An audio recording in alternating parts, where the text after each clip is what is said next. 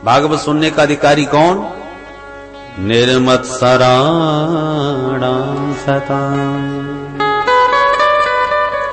जिनके हृदय से मात्सर्य निकल गया वही भागवत सुनने का पात्र बन गया। मात्सर्य क्या? मत्तः सरति, देखो मुझसे कितना आगे। जहां अपने से किसी की तरक्की देखी, उत्कर्ष देखा, कि हमको उसका उत्कर्ष, उसकी प्रतिष्ठा काटने लगे, चुभने लगे, इसी का नाम है मात्सर्य। मत्सर, मत्सर और मच्छर में थोड़ा सा ही अंतर है। मच्छर बाहर से काटता है, मत्सर भीतर से काटता है। और बाहर के मच्छर से बचने के लिए तो मच्छरदानी में सो जाओ, पर भीतर वाला जो मत्सर है इससे बचना बड़ा मुश्किल है। इसकी दवा बड़े बड़े महापुरुषों के पास में। कंचन तजना सहज है, सहज त्रिया का नेह, पर मान बड़ाई ईर्षा दुर्लभ तजना ये है। इनका त्यागना बहुत कठिन होता है। अमृत जैसा दिव्य दुग्ध गाय का, पर थोड़े से भी खट्टे बर्तन में रख दोगे तो दूध फट जाएगा, बर्बाद हो जाएगा। ऐसी भागवत रूपी अमृत को रखने वाला पात्र निर्मत्सर होना चाहिए। दूसरों की पद प्रतिष्ठा को देख करके प्रसन्नता हृदय में छा जाए तो समझो भागवत की पात्रता हम में आई। और दूसरों की प्रतिष्ठा काटने लग जाए तो समझ लो खटाई है अभी बर्तन में, इसकी सफाई करो, तभी ये अमृत आपके यहां आपको लाभान्वित करेगा। श्रीधर स्वामी पाद व्याख्या करते हैं, परोत्कर्ष असहनम मत्सर तद रहितानाम निर्मत्सराणाम। अच्छा, भागवत सुनने से फायदा क्या होगा? तो फायदे के नाते बिना फायदे के कोई काम नहीं होता। 7-7 दिन तक इतनी दूर से आकर के आप सुन रहे हैं तो इससे क्या लाभ मिलेगा? व्यास जी लाभ गिनाते हैं, 3 लाभ प्रमुख रूप से बताए। वेद्यम वास्तवमत्र वस्तु शिवदम तापत्रयोन्मूलनम।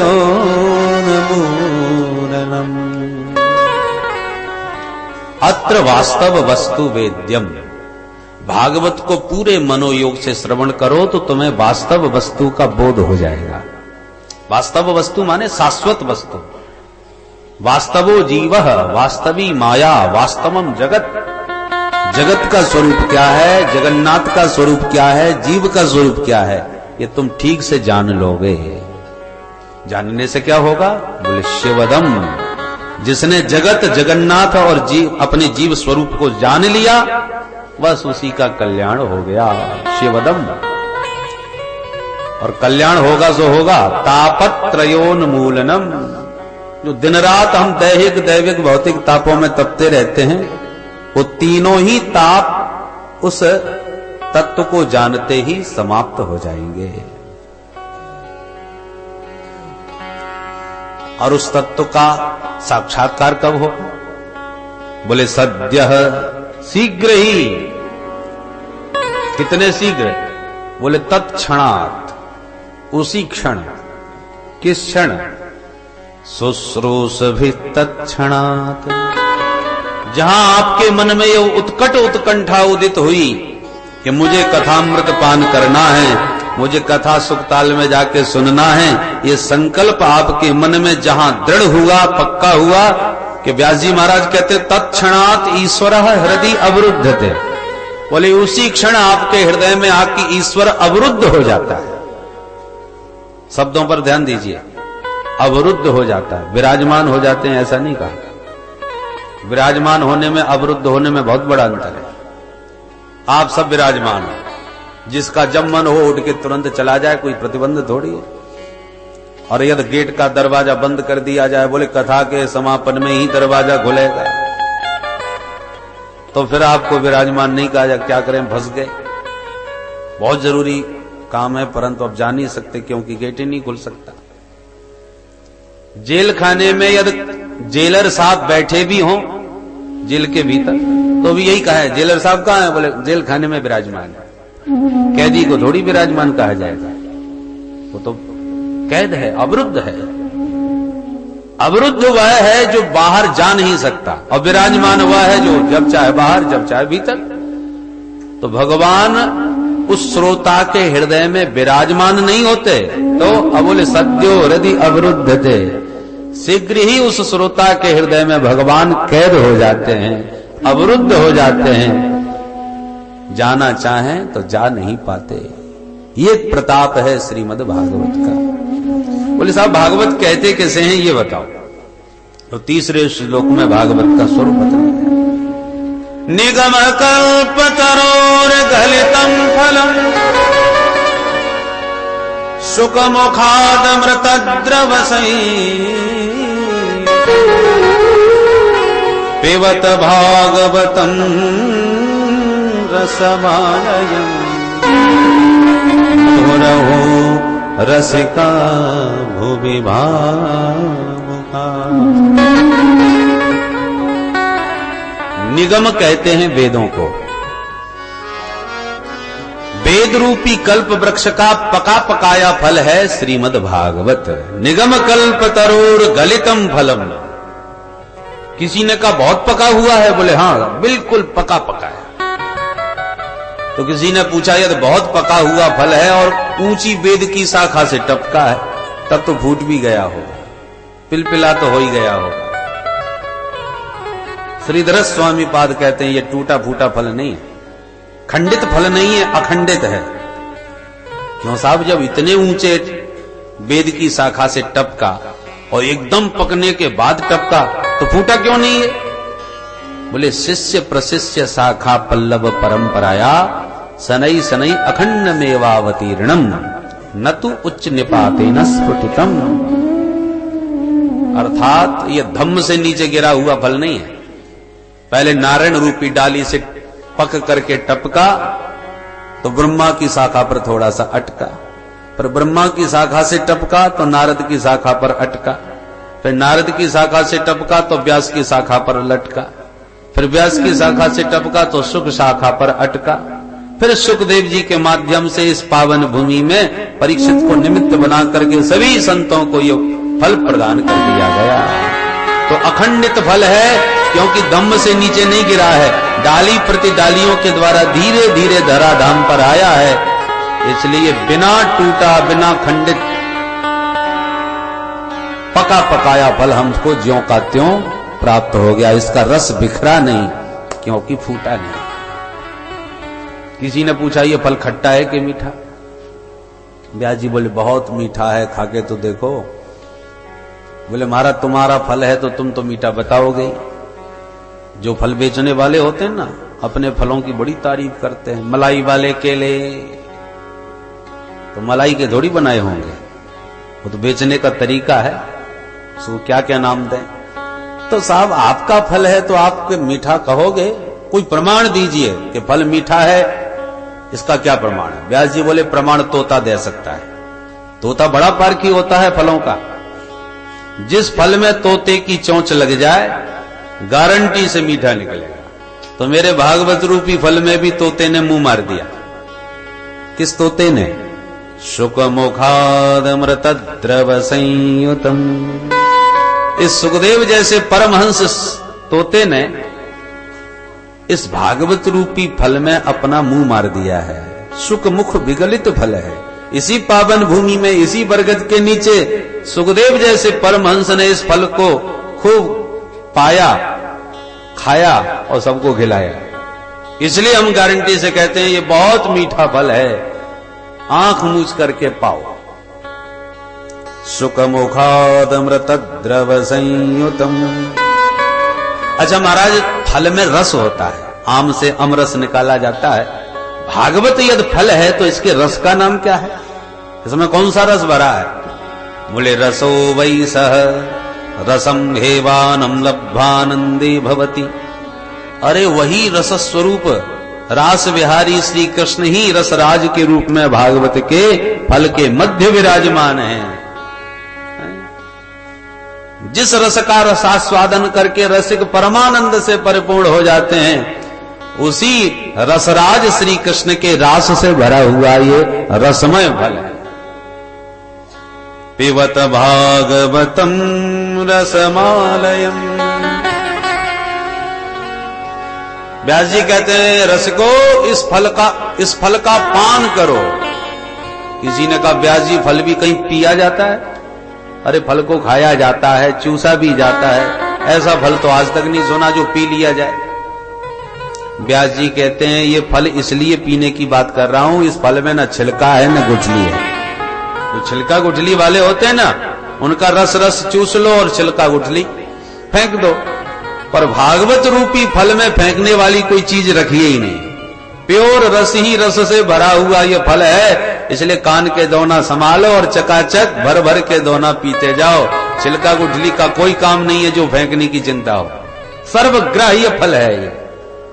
पिबत भागवतम रसमालय, ये रस का आलय है, रस का सागर है, रसस्वरूप है। अच्छा तो कितनी बार पिए? बोले मोहो बारंबार पिए। तो महाराज कौन कौन पिए? बोले अहो रसिका भूमि भावुका। अरे रस को, अरे भाव को तुम आकर के पियो। किसी ने पूछा व्यास जी हम लोग नहीं आ सकते कोई? व्यास जी कहते नहीं नहीं, मेरी सार्वजनिक प्या हुआ है, कोई भी आके पियो, प्रतिबंध किसी को नहीं। तो आप तो दो नाम ले रहे हो, रसिका भावुका। तो यह सबको यदि पीने की बात है तो सार्वजनिक बात करो, ये दो नाम क्यों लिए आपने?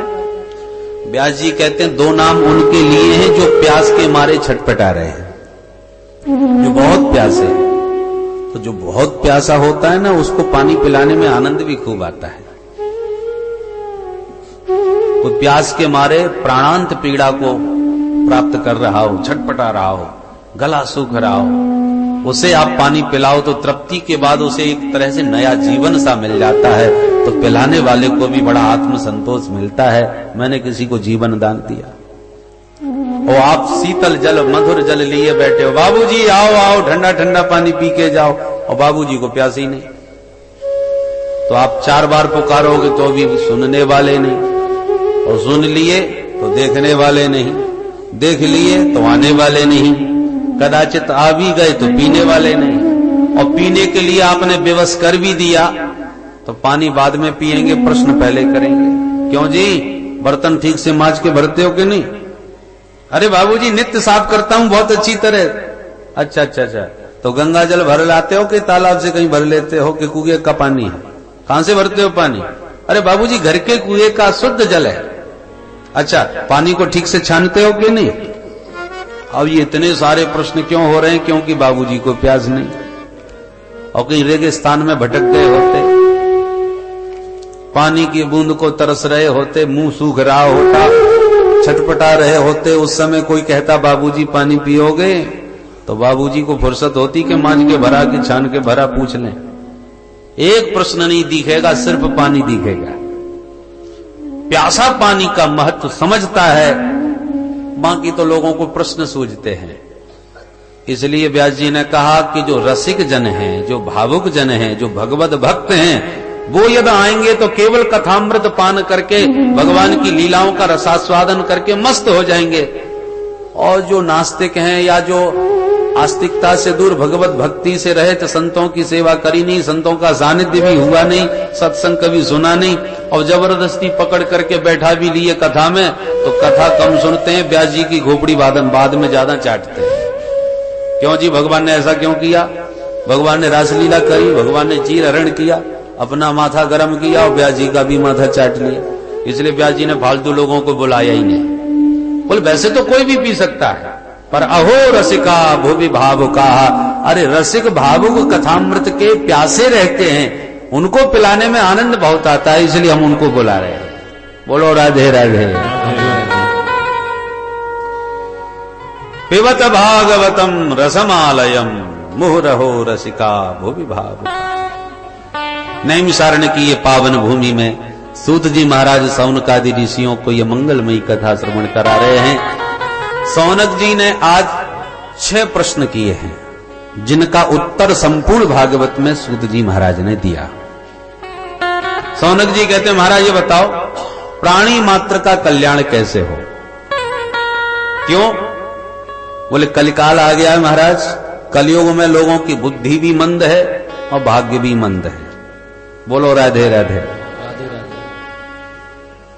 भाई भाग्य मंद हो और बुद्धि तेज हो तो बुद्धिमानी से काम अपने जीवन का चला लेगा, भले उसका भाग्य कमजोर है पर बुद्धि बल से अपना जीवन निर्वाह कर लेगा। और बुद्धि कमजोर हो तो भाग्य प्रबल होना चाहिए। कई बुद्धिहीन लोग होते हैं जो भाग्य के भरोसे पर जंगलों के बीहड़ों से भागते भागते संसद भवन में जाके बैठ जाते हैं। बोलो राधे राधे। तो भाग्य का चक्र कब घूम जाए और किसको कहां पहुंचा दे कोई भरोसा नहीं, पर भाग्यशाली तो हो।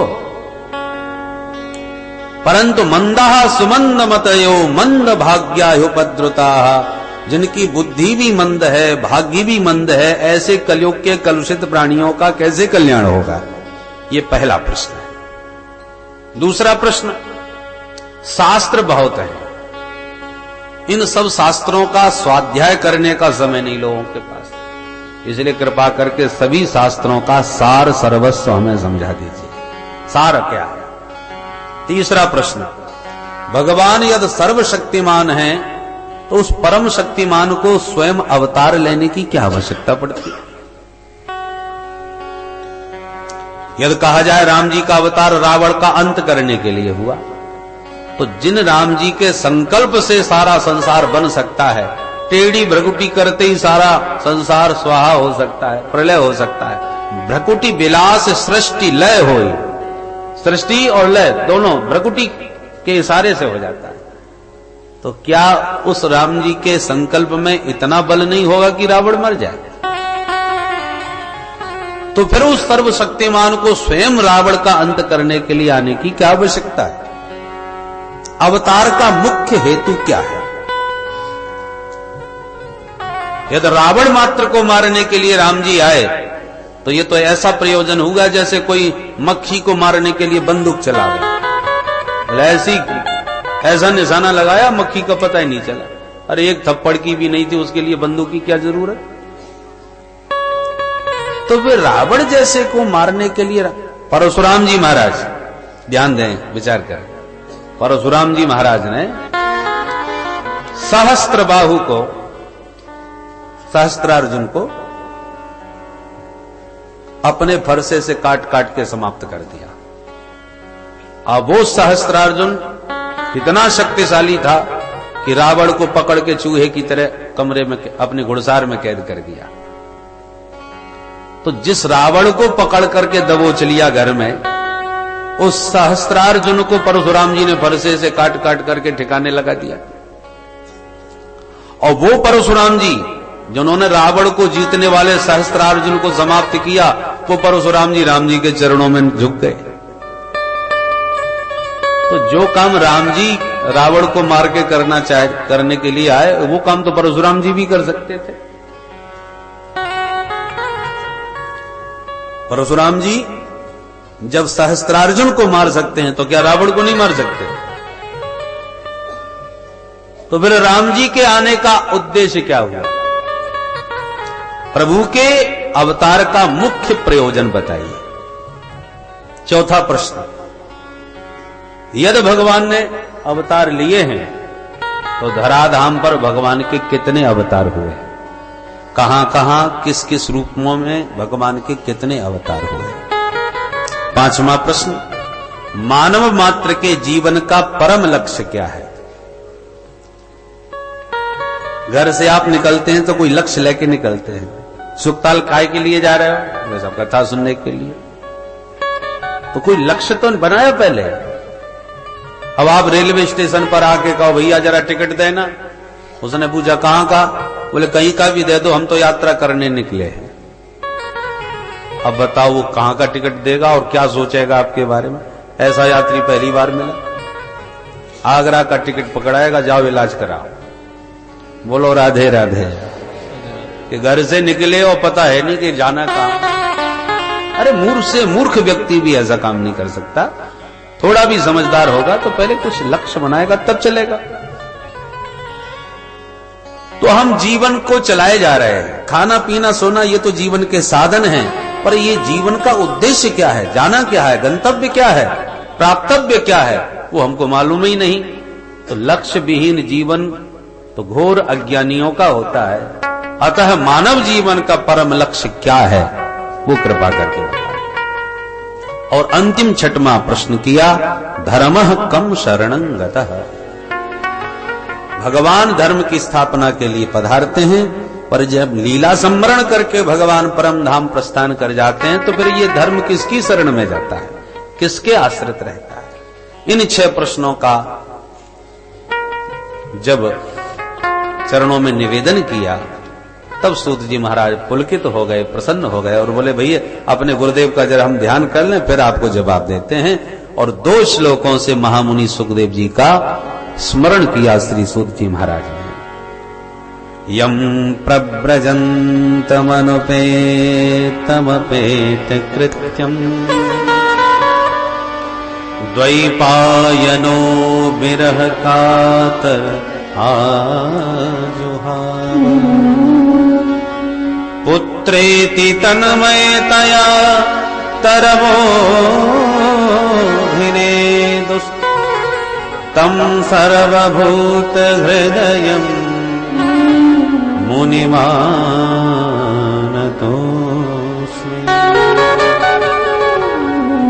यस्वानुभावमखिल श्रुतिसारमेकम् अध्यात्मदीपमतितिनिशितां तमोऽन्धः संसारिणां करुणयाः पुराणगुह्यम् तं व्याससूनमुपयामि गुरुं मुनीनाम्।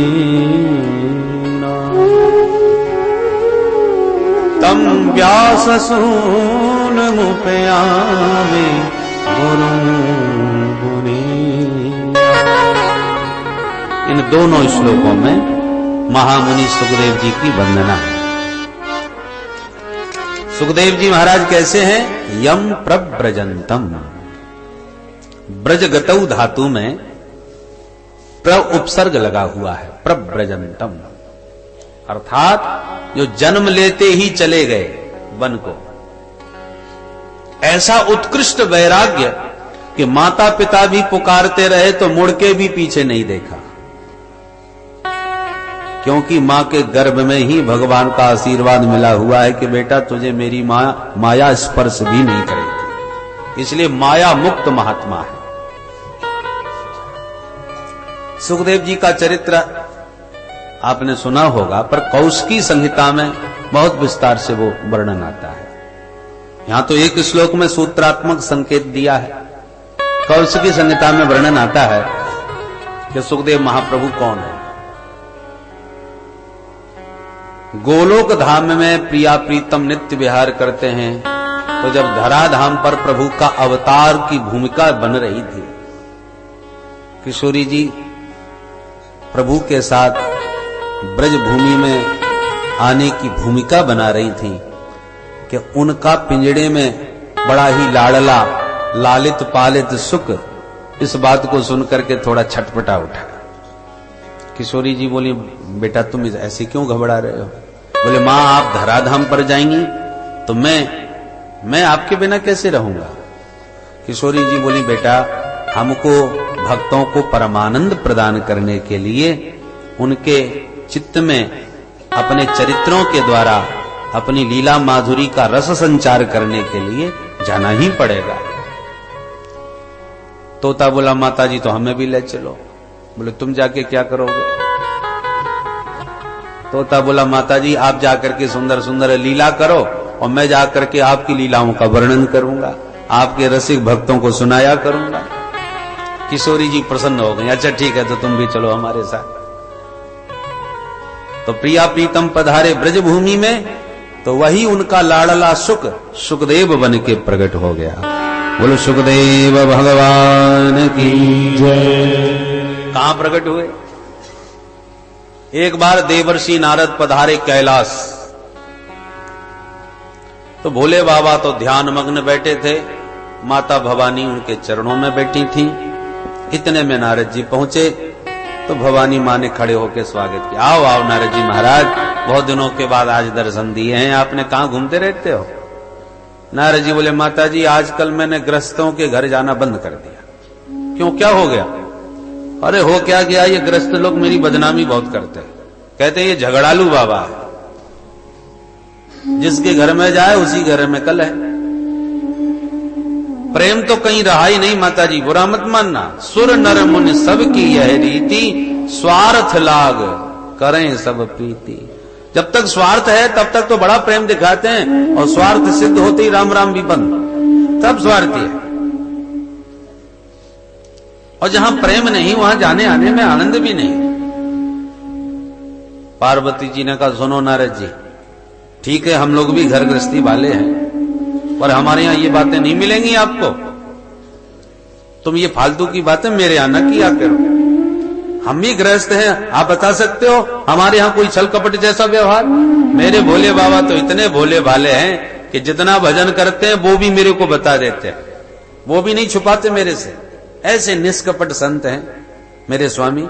अरे मेरे यहां तो बैरी भी आ जाएं तो प्रेमी बन जाते हैं। अब तुम ही देखो, मेरे भोले बाबा के शरीर में पूरे तमाम सांप बिच्छू डोल रहे, भुजगेंद्रहारम, और मेरे पुत्र गणेश का वाहन चूहा। तो हमारा पुत्र गणेश चूहा पर बैठा घूमता है और बाला बाबा के गले में सांप घूमते हैं। तो सांप चूहा एक जगह रह सकते हैं भला? पर चूहा भी है और सर्प भी है, देखो ऐसा परिवार। और सुनो, बड़े पुत्र कार्तिकेय का वाहन मोर, मोर सर्प का विरोधी, सर्प चूहे का विरोधी, और मेरा पुत्र, मेरा जो वाहन है वो शेर, और भोले बाबा का वाहन बैल। अब ये देखो, ये भी एक दूसरे के विरोधी, पर बैल भी बंधा है, शेर भी खड़ा है, चूहे भी घूम रहे हैं, सर्प भी डोल रहे हैं, सब एक दूसरे के दुश्मन हैं, पर वैमनस्य भुला करके कितने प्यार से मेरे परिवार के बीच रहते हैं। और तुम मेरे घर में खड़े होके कह रहे हो कि दुनिया में प्रेम ही नहीं रहा। नारद जी ने मन में सोचा, माता जी बहुत ही तारीफ कर रही हैं अपने घर की, तो मेरा भी नाम नारद नहीं जो आज ही खटपट ना हो। बोलो राधे राधे। नारद जी बोले, वाह माता जी, आपकी बात भी मान गया, प्रत्यक्ष देख रहा हूं, इतना प्रेम कहीं देखने को नहीं मिलता जो आपके परिवार में है। पर एक बात मेरी समझ में नहीं आई। क्या समझ में नहीं आई? बोले माता जी, आपके भोले बाबा के गले में जो तमाम नरमुंडों की माला लटकी रहती है, आज तक मेरी समझ में नहीं आई ये किसके सिर लटकाए डोलते हैं। पर चूंकि आपसे कोई रहस्य छुपा नहीं है उनका, इसलिए आपको अवश्य सब कुछ पता होगा। कृपा करके आप ही बताइए वो किसके सिर हैं। अब पार्वती मैया ने खूब माथे पर जोर मारा, पर समझ में कुछ नहीं आया। बोले बाबा, न तो मैंने कभी पूछा, न उन्होंने कभी बताया, मैं इस बारे में कुछ नहीं जानता। नारद जी ने ताली बजा के हंसना प्रारंभ किया। माता जी बुरा मत मानना, वास्तविकता तो यही है कि सब दिखावे के प्रेम है। क्या मतलब? बोले मतलब ये सीधी सी है। अरे ठीक है, दुनिया में किसी को पता ना हो, पर आप तो उनकी अर्धांगिनी हो, आपको पता होना चाहिए कि नहीं? और खैर आपको नहीं मालूम तो भोले बाबा को तो बताना चाहिए कि नहीं? इतना बड़ा रहस्य और आपसे भी छुपा हुआ है। प्रेम में दुराव छुपाव नहीं होता माता जी, ऐसा कोई रहस्य नहीं जो अपने प्रेमी को न बताया जा सके, तो आपको बताना चाहिए कि नहीं? अब माता जी का माथा गर्म होने लगा। नहीं नहीं, ऐसी बात नहीं, मेरे तो भोले बाबा बहुत सीधे सच्चे, वो मैंने ही नहीं पूछा इसलिए उन्होंने नहीं बताया। माता जी खूब समझावे, पर नारद जी तो नारद जी थे, आकर के माथा गर्म कर ही दिया। तब तक भोले बाबा की समाधि खुल गई। बम भोले। जैसे बाबा ने नेत्र खोले कि नारद जी बोले, माता जी चलता हूं, आप जानते हो मैं ज्यादा देर टिक नहीं सकता, शाप लगाया अपने राम को, मैं फिर दोबारा दर्शन करूंगा, और बुरा भला कुछ कह दिया हो तो माफ कर देना माता जी। और ऐसे कह के नारद जी जैसे ही खिसके के बाबा की दृष्टि भोलेनाथ की पड़ गई। अरे आओ आओ नारद जी भाई, ऐसे कैसे जाने लगे? बोले भोलेनाथ बड़ी देर से आया हूं, माता जी से खूब सत्संग हो रहा था, परंतु अब आप जानते हो मैं ज्यादा टिक नहीं सकता, मैं पुनः दर्शन करूंगा। प्रणाम करता हूं, अच्छा रहा हुआ, आज जाते जाते आपसे भी तो बात हो गई। प्रणाम करके नारद जी चले। जैसे ही नारद जी गए कि बाबा की दृष्टि भवानी पर पड़ी तो सकल पे 12 बज रहे थे। मुंह लटका एकदम लाल पीली सी हो रही थी। बोले बाबा तो समझ गए नारद जी अभी अभी गए हैं, निश्चित कुछ ना कुछ गड़बड़ हुआ है। मुस्कुराते हुए भवानी के पास आके बोले देवी जी क्या बात है, ऐसे क्यों गाल फूल रहे हैं तुम्हारे, ऐसे क्यों मुंह लटका रखा है? पार्वती जी बोली बात मत करो, तुम कितने कपटी हो ये आज पता चला। भोले बाबा ने कहा राम राम, ये तुम्हें क्या हो गया? निश्चित रूप से नारद जी को उठपटांग तुम्हें भड़का के गए। पार्वती जी ने कहा नारद जी ने तो आंख खोली है मेरी, मैं तो आपको बड़ा भोला भाला समझती थी। अरे देवी जी हुआ क्या ये तो बताओ। पार्वती जी ने कहा मैं आपसे कभी कोई रहस्य छुपाती हूं क्या? पर आपने कैसे छुपाया? पर छुपाया क्या? बोले ये बताइए आपके गले में तमाम नरमुंडों की माला लटकाए डोलते हो, ये किसके सिर हैं? आपको बताना चाहिए मेरे को। बोले बाबा हंसने लगे। देवी कभी आपने पूछा? अरे देवी ये किसी और के सिर नहीं, सब तुम्हारे ही सिर हैं। क्या मतलब? बोले हाँ ये सब के सब सिर तुम्हारे हैं, क्योंकि जब जब तुम्हारा जन्म होता है हमारे साथ ही तुम्हारा विवाह होता है, और जब तुम्हारा शरीर छूट जाता है तो तुम्हारे विरह में इतना पागल हो जाता हूं, इतना दीवाना हो जाता हूं कि आपका ही सिर गले में लटकाई डोलता हूं। ये जितने सिर हैं ये सब आपके ही हैं और तुम्हारे सिर लटकाए डोल रहा हूं, तो ये तो मेरा प्रेम का कितना बड़ा प्रमाण पत्र है। मेरे जैसा प्रेमी कौन होगा? और तुम हो जो मेरे को कपटी कह रही हो। पार्वती जी ने कहा हो यदि ये सबके सब मेरे सिर हैं, इसका मतलब मैं इतनी बार पैदा हो और इतनी बार मर चुकी हूं। बोले हाँ। पार्वती जी ने कहा तब तो आप कपटी नहीं महाकपटी निकले। क्यों? बोले एक बात बताओ, यदि ये सब मेरे ही सिर हैं तो मैं ही मरती और पैदा होती रही, तुम्हें कभी कुछ नहीं हुआ? तुमने ऐसा क्या अमृत पी लिया कि आप तो अमरनाथ बने बैठे हो और मरना जीना मेरे पीछे लगा हुआ है? ऐसा क्या रहस्य है वो? बोले बाबा ने कहा देवी हमने अमर कथा का पान किया है इसलिए हम अमरनाथ हैं और तुम अभी उससे वंचित हो। पार्वती जी ने कहा तो ये कपट वाली बात हुई कि नहीं? ये अमर कथा क्या है, कैसी है, मुझे सुनाइए और अभी सुनाइए, मैं भी उस अमर कथा का पान करना चाहती हूं। बोले बाबा समझ गए त्रिया हट है, अच्छा ठीक है आज तुम्हें भी सुनाई देते हैं। बोले बाबा राजी हो गए, परंतु हमारी 2 शर्त है। क्या महाराज? बोले पहली शर्त यह है कि हम ध्यान मग्न होकर कथा कहते हैं आंख बंद करके। अब ऐसा ना हो कि हमारी कथा होती रहे और तुम्हारे खर्राटे बजते रहे, हमारा सारा परिश्रम व्यर्थ जाए। इसलिए कथा के समय तुम्हें हुंके भरने पड़ेंगे, जैसे लोग कहानी सुनाते ना, कहानी किससे? एक राजा था, सुनने वाला कहता है तो सुनाने वाले का मन लगा रहता है, और कोई कुछ ना प्रतिक्रिया करे तो सुनाने वाला भी ऊबने लगता है। पार्वती जी ने कहा तो मैं बहुत ध्यान से सुनूंगी और हर शब्द पे हुंका दूंगी। अच्छा ठीक है, तुम्हारे हुंका बंद हो गए तो हमारी कथा भी बंद हो जाएगी, ये ध्यान रखना। ठीक है महाराज। और दूसरी शर्त यह है कि हमारे तुम्हारे अलावा तीसरा कोई नहीं होना चाहिए, क्योंकि अमर कथा है, कहीं वो सुन के अमर हो गया तो समस्या खड़ी हो सकती है, इसलिए यहां से सबको भगा दो। ठीक है महाराज, सबको भगाओ। बाबा ने ऐसा डमरू बजाया कि सब जीव जंतु कीट पतंग सब पलायन कर गए। बोले बाबा, बोले भवानी जरा देख के आओ कहीं कोई छुपा तो नहीं बैठा।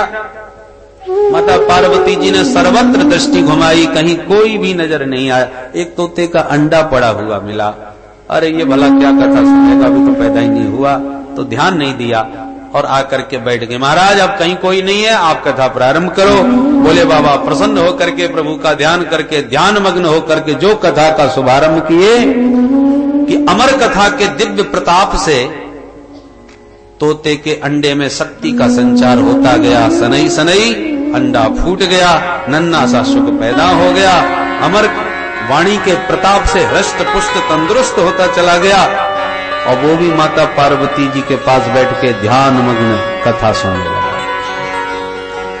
कथा सुनते सुनते जब एकादश स्कंध में प्रवेश करके बद्ध मुक्त आदि के रहस्यों को बहुत विस्तार से बताने लगे, बड़ी गंभीरता के साथ प्रतिपादन किया भोलेनाथ ने, तो विषय का जब गंभीर आता है तो प्राय नींद सी आने लगती है। तो पार्वती जी को नींद आने लगी। अब नींद आते आते उनके हुक्का भी बंद हो गए धीरे धीरे। और तोताराम जी इस मामले में बहुत निपुण होते हैं, जैसा सुनते हैं वैसा ही बोलने लगते हैं। तो तोते ने पार्वती जी के निरंतर जो हुक्का सुनते सुनते उसने ज्यों का त्यों वो शब्द रट लिया, और पार्वती जी का जैसे ही मौन हुआ, नींद में सो गई, तो तोताराम जी ने बिल्कुल उसी शैली में हुक्का भरने चालू कर दी। तो भोले बाबा की कथा चलती रही, और जैसी कथा संपन्न भई, भोले बाबा ने जयकारा लगाई, बोल बाल कृष्ण लाल की जय। श्री पार्वती जी ने हड़बड़ा के तुरंत नेत्र खोल दिए, सावधान होकर के बोले, हाँ महाराज, तो फिर क्या हुआ? अब भोले बाबा मुंह देखे, फिर क्या हुआ? अरे कथा पूरी हो गई और क्या हुआ? तुम सुन भी रही थी कि नहीं? अब पार्वती जी घबराई, क्षमा करना महाराज, मैं बहुत ध्यान से सुन रही थी, परंतु क्या करूं, ध्यान करते करते कब समाधि लग गई पता ही नहीं चला, मैं तो सो गई महाराज। भोलेनाथ चौंके, तुम सो गई थी? तो ये हुक्का कौन दे रहा था? बोले, मुझे कुछ नहीं मालूम महाराज, मैं तो सो गई, तो मुझे क्या होश? ओहो, इसका मतलब तुम्हारे अतिरिक्त भी कोई है यहाँ पर, देखो तो कौन है। इधर उधर दृष्टि घुमाई तो तोताराम जी बैठे बैठे हुक्का भर रहे थे। भोले बाबा ने कहा, ओहो देखो तो इस चोर को, सुनाने बैठा था तुम्हें और सुन गया ये, इसने मेरी कथा की चोरी की है, छुप करके सुना है, छोड़ूंगा नहीं इसको। ले त्रिशूल मारने को दौड़े और तोताराम जी भाग लिए, आगे तोता और पीछे भोलेनाथ। भागते भागते अचानक श्री वेदव्यास जी की धर्मपत्नी ऋतु धर्म से निवृत्त होने के पश्चात अपना श्रृंगार कर रही थी। सजते सजते अचानक उन्हें उबासी आ गई जब आई, और उबासी में उनका मुंह जैसे ही खुला कि तोताराम जी तुरंत मुखद द्वार से उदरस्थ हो गए, पेट में गए, और भोले बाबा ने देख लिया। व्यास जी महाराज ने भोलेनाथ को देखा तो खड़े होकर प्रणाम किया, आओ आओ मेरे भोलेनाथ, या अचानक यहां कैसे? भोले बाबा ने कहा, चोर का पीछा करता करता आ गया। चोर कहां है? भोले बाबा ने कहा, तुम्हारी पत्नी के पेट में प्रविष्ट हो गया। व्यास जी बोले, महाराज कैसी बातें कर रहे हो, कहीं भांग तो नहीं चढ़ा ली ज्यादा? चोर? हाँ हाँ, मेरी आंखों के सामने गया है।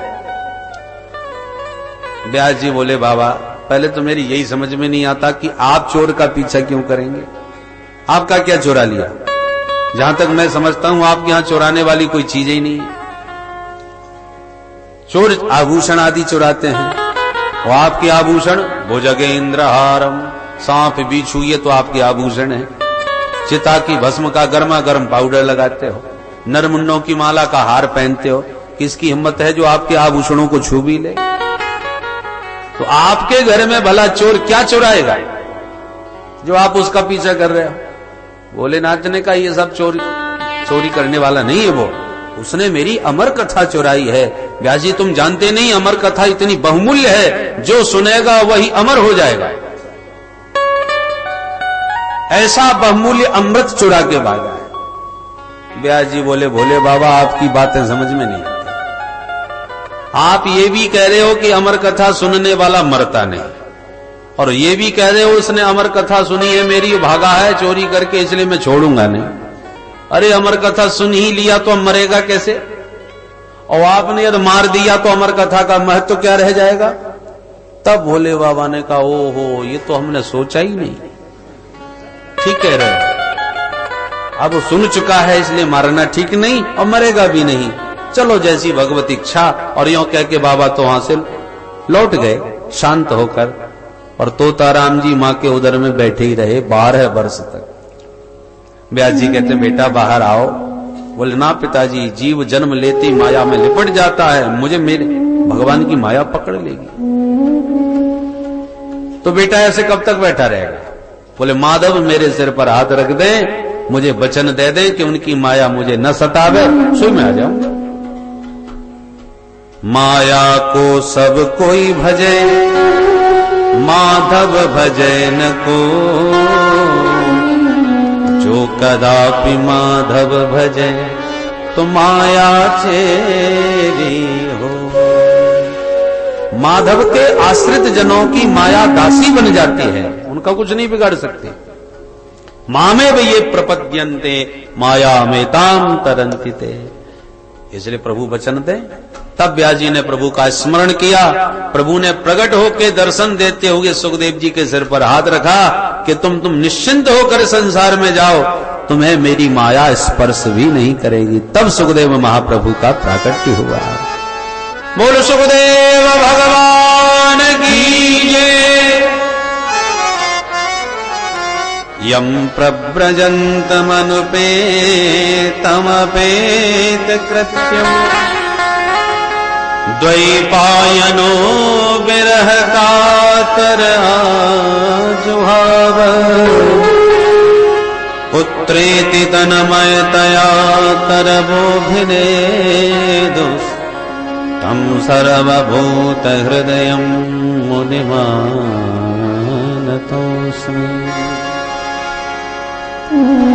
तं सर्वभूत हृदयं मुनिमानतोऽस्मि।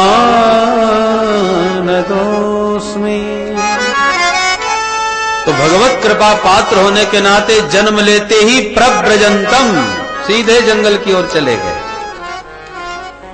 हम लोगों के भीतर भी वैराग्य की धारा जागती तो है, पर हम लोगों का वैराग्य होता है नहर की तरह। जलाशयों से नहर निकाली जाती है ना, कभी कभी नहर पानी से लबालब भरी, और कभी देखो तो सूखे पत्ते खड़खड़ा रहे, पानी की बूंद ही नहीं। हम लोगों का भी वैराग्य ऐसा ही है। कथा वार्ता सुनी, किसी संत महापुरुष का दर्शन और सानिध्य मिला, वैराग्य तीव्र हो गया। अरे कहीं कुछ नहीं धरा दुनिया में, जिंदगी का सार यही है, भजन कर लो, भगवान की लीलाओं का आनंद लो, यही सार है जीवन का। परंतु कब तक, जब तक यहां बैठे हैं तभी तक। घर में जाके वही नॉन तेल लकड़ी का झंझट फिर चालू। तो नहर जैसी धारा है, कभी सूखी तो कभी हरी।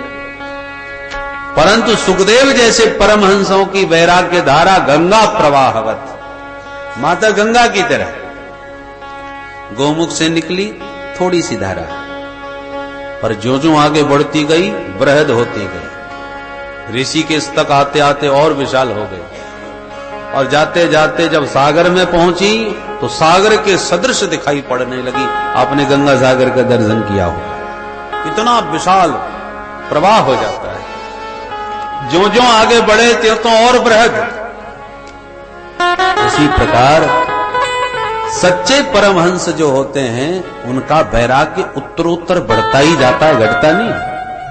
जैसे शुक्ल पक्ष का चंद्रमा, प्रतिपदा को एक छोटी सी किरण दी थी, द्वितीया को तनिक और बढ़ा, तृतीया को और बढ़ा, होते होते पूर्णिमा को पूर्ण चंद्रोदय हो गया। वैराग्य ऐसे ही धीरे धीरे बढ़ना चाहिए।